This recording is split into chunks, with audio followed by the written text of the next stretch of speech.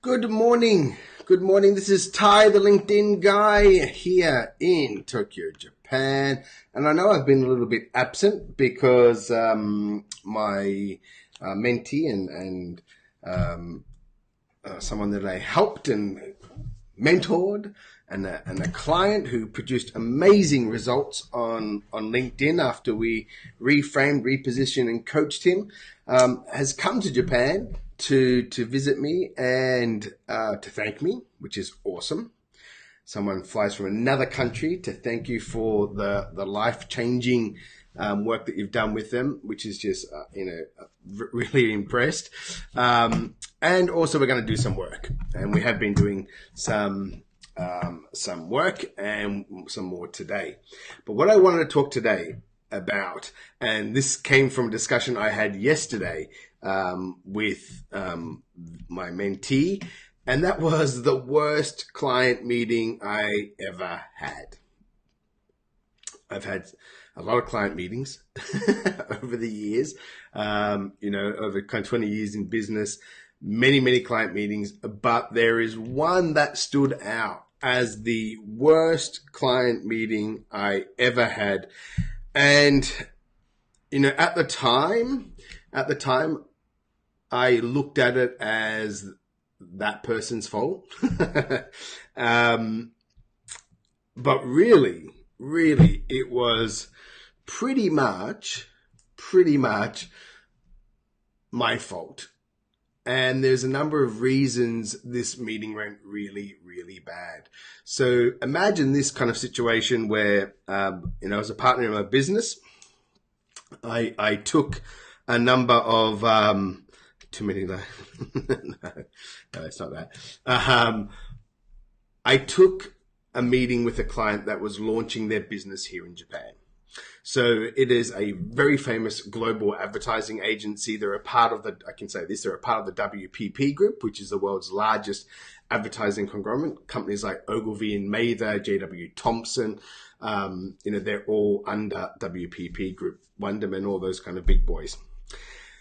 The issue was they were launching here in Japan, and they hadn't been in Japan before, but worldwide, very well known in the advertising space. And they're very specific in the digital area and coming up with very creative ideas and ways to, get the message out. And they work with the big brands. I mean, we're talking the big brands, not these ones, but clients like the Toyotas, clients like the Starbucks and Red Bulls, like big brands. I don't want to say which one, but so I got invited out because they'd already launched in Japan. They kind of stuffed up. They brought in the wrong team. They brought in the wrong people. Their creative director was not right. Their business development person was just crappy. And there was a whole host of reasons why they kind of just stuffed up their entry in Japan. The main reason was because they were starting their office and bringing in talent and resources. And they had someone in the UK actually help do the recruitment and build the management team here in Japan. And it went horribly wrong. And, straight away, that was one of the reasons why they suffered. And I'll talk about why this was important. Because what happened in the meeting, it just went south really quick. Like my meeting, the first words I spoke, the first kind of comments I made, it just destroyed the meeting from the start. And we went through a number of iterations of the meeting and basically got kicked out at the end. However, I was invited to attend. So the WPP group, they asked me to come because I actually done some work with them in their Shanghai office in China and helped build the team there. So I go to this meeting to talk to them about their, relaunch, of repositioning in the Japan market. They wanted it to be a massive part of their network and a big client for them, or a big market for them. I brought two guys with me to the meeting. These were kind of one guy who'd been, a little bit of experience in the firm, and one kind of brand new guy. So I was already feeling like, hey, I'm the big guy, I'm the partner. I want to show you how it's done. I've made millions in deals. Like, man, just watch me. That's how I was kind of feeling. I wasn't saying it, but, this is probably 10 years ago or more. So a little bit less mature, a little bit more ego driven. So I went to this meeting and started off, and I like, her look wasn't good for the Japan market. And this woman was the head of HR, and she's going to help with the rebuilding of the management team. And I started off the meeting with a little bit of a joke as we were walking through the lobby, and she didn't hear it right, and I kind of had to repeat it, and it kind of lost its impact. And then we sat down, and she was straight into asking like, hey, Mara, she was straight into asking like, why did we fail? What went wrong? Why do you think we failed in this market? And I just laid it out. I went hard, I went thick, and I told them what their problem was. I was like, bang, bang, you did this, you did that. This was wrong. This was wrong. I just, and they were all right. Everything I said was right. And to this day, 100% stand by it. But one thing, and I'll come circle back to that. Remember that I told them what was wrong. And it was a whole litany of missteps that they had taken entering the Japan market. And I've been here in Japan 20 years. Back then it was probably 12, 13 years. So I know the market. And I've helped numerous agencies start up in Japan, including like one of the big ones, Sachi, for example. So I knew what was wrong, and it was just, and I just told her straight out. And she was like taken aback. She's like sitting there kind of looking at me like, huh. Okay. And I could feel this kind of squirm, and I'm sitting there like a peacock, all proud. Like, I have, in 5 minutes, I've been able to identify exactly what's wrong with your business, your multi-million-dollar business that's global, owned by a multi-billion-dollar group. I'm the little guy in Tokyo who was able to tell you. So there, and then it went on about, she went straight to fees, and I, we had a big argument about that, and because it just wasn't a match. And then that got settled with, there was another person from the WPP group that was in the meeting. So that got settled. We kind of worked through that. I'd closed my book. I was like, well, if it's that, we can't really help you. And she got all offended. So then the person stepped in and said, oh, actually, we can do that in Japan. It's different, blah, blah, blah. But she wasn't feeling it. And she told me so, because after I closed my book, and after I'm like, wow, I don't get out of bed for that kind of comment about, I'm not going to do work for you guys unless you pay what my standard rates are. She agreed. And then she said, okay, well, let's talk about the need. And then she stopped. And then she said, well, I'm not feeling it, guys. And just folded her book and said, well, I've got another meeting. And she didn't. We had an hour space, and we were only about 25 minutes in. And I just said, well, me too. And closed my book again and walked out. And we never did any work with them after that. And I'd already done work with them in China. Now, she got fired 6 months later. So I feel a little bit justification. However, their business also failed. They have never got a good entry into this market, and they never got a good stronghold. Just recently, someone did a massive blog post about them in the industry, which rarely people do. And she just abused, and she named people in the organization. And she was appointed from the Oregon office and actually sent here to Tokyo, and she just laid it out as well. So they haven't learned their lesson. Now, the issue arises where I went wrong with this meeting. Although everything I said was technically correct, all my points were correct, I started off stuffing up the meeting, and there's really kind of 4 or 5 key things I really stuffed up. 1, rapport. Guys, I talk about this all the time. In any of your sales meetings, especially on that B2B scale, or when it's a complex scale or sale, or even if you're just doing, those discovery calls, breakthrough calls, you've got to get the rapport. Don't try to sell to someone or move through a process when you don't have the rapport. Now, I came up with a joke, which normally would be quite good because I'm funny. It just fell flat. And then I had to explain it, and she wasn't kind of impressed. And then she was like, okay, let's move in. So I allowed the rapport to be broken. Well, I didn't even establish it, and I never got it back during the meeting. I only got worse and worse and worse. And that ties to likability. And that's the second thing. So my rapport sucked, and it sucked throughout the meeting, and I didn't recognize, well, I just thought it was uncomfortable. I don't like her. I simply wasn't in rapport with her. I hadn't established any unity. I hadn't, there was nothing I had done to have her think, well, this guy is someone that I want to talk to. And it is massive. I cannot stress this enough.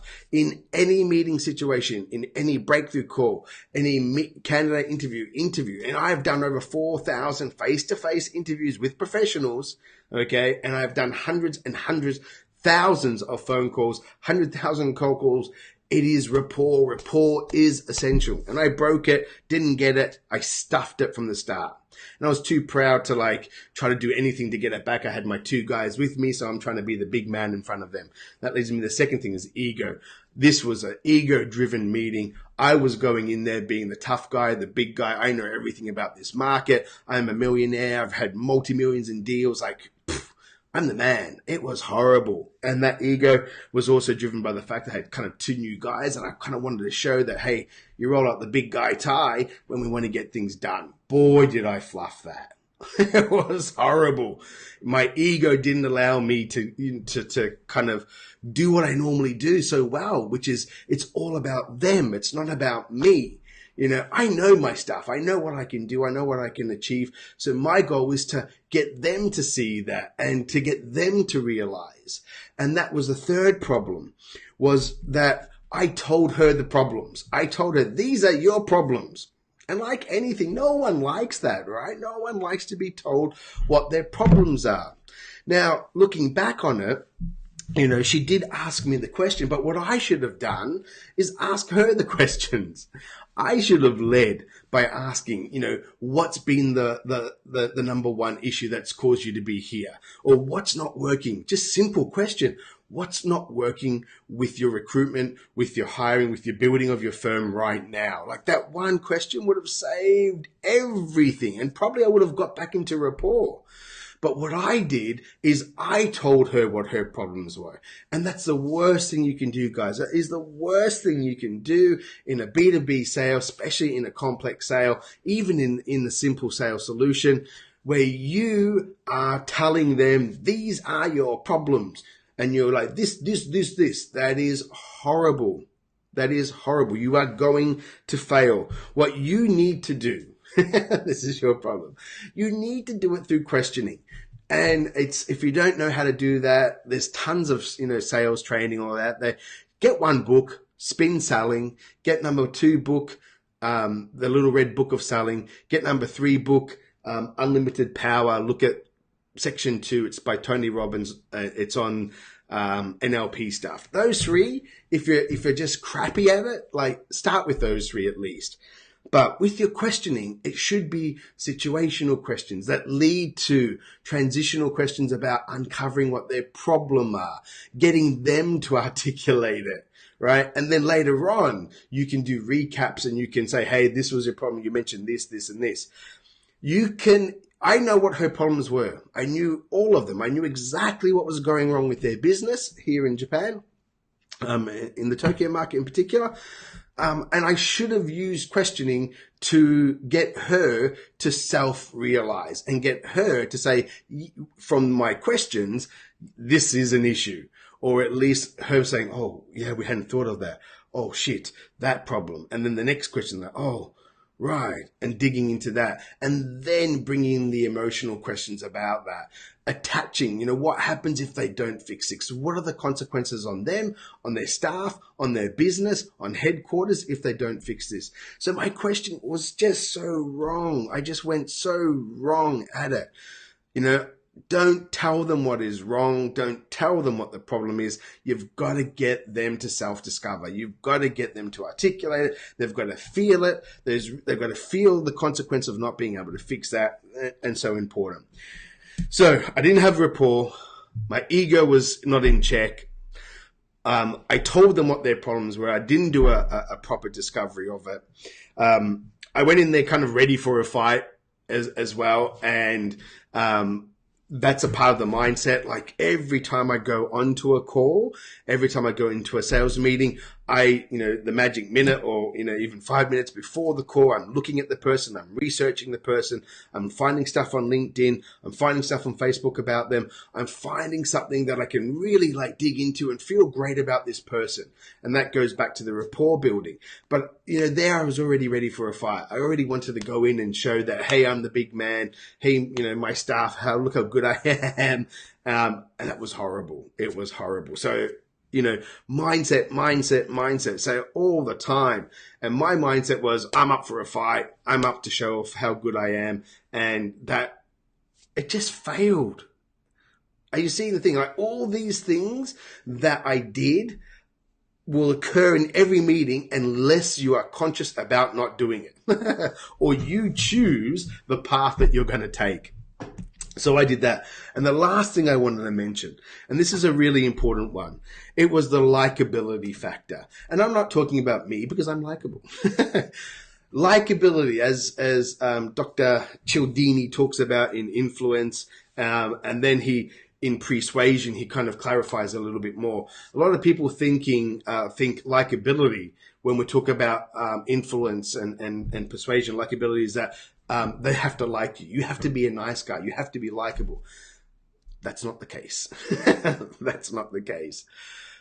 What likability means is that the other person absolutely feels you like them. All right. That's what likability is when you talk about reciprocity and authority and social proof. And likability is one of the key stuff. Likability means they have to feel in their bones. They have to feel genuine interest from you in them. When you establish that, it is so powerful. Just look at your circle of friends or new acquaintances. Which ones have the biggest impact? The ones that you feel like you the most, unless they're kind of stalkers, then you don't want them. However, it is those people. And look at your Facebook. Who are the ones that like your post the most? Who are the ones that comment the most? You feel kind of affection towards them more than others because you sense, well, they like me. They like me. And that is what likability really is when it's a principle of influence. So don't think you've got to be this nice guy and you've got to be this, I'm accepting all these ideas. It's about you demonstrating to them you like them. And it's a fine line between apple polishing and sucking up and looking stupid, but keep that in mind. If they are not sensing that, you're dead in the water. So that meeting was a horrible meeting. It ended... It could have been a client that was worth hundreds of thousands of dollars to us. It just wasn't. I'd made money with him in Shanghai, but I think it was probably 100,000 or 200,000. Can't quite remember now, but it could have been a much better client. And it was because I went in so wrong on so many levels. It was my ego. It was my lack of rapport. It was my problem. Uncovering the problem part of my presentation. I just threw them at her. I told her what her problems was. It wasn't an uncover from her. She didn't self-realize. I was ready for a fight. My mindset was not in the right place. And then my likability, she could feel I did not like her. And I kind of let her know with all my actions. So that was my worst ever client meeting. Let me know if you've had a bad client meeting. I'd love to hear other stories because I'm sure it's not just me that's ever had a bad client meeting. I'm not sure if you've gone that far and gone in, but sometimes when your ego gets unchecked and when you're in a market and you're the kind of top dog or you feel you're the top dog.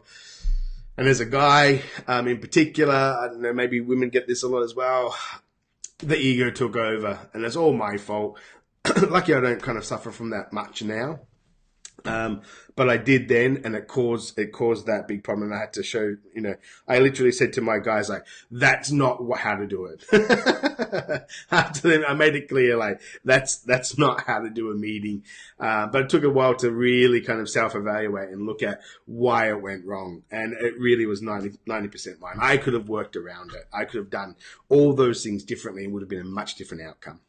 All right, that's it for me. I'm going to go and do some work with my mentee and get some stuff done today. So hope that gives you some food for thought. And yes, I think we all can have really bad meetings, and we can have some, we can all learn from it. And that's the most important thing, is to really look at what sucked and why, and then come to terms with that. And I know exactly why it went wrong now, which is great. Okay. All right. Cheers later, guys.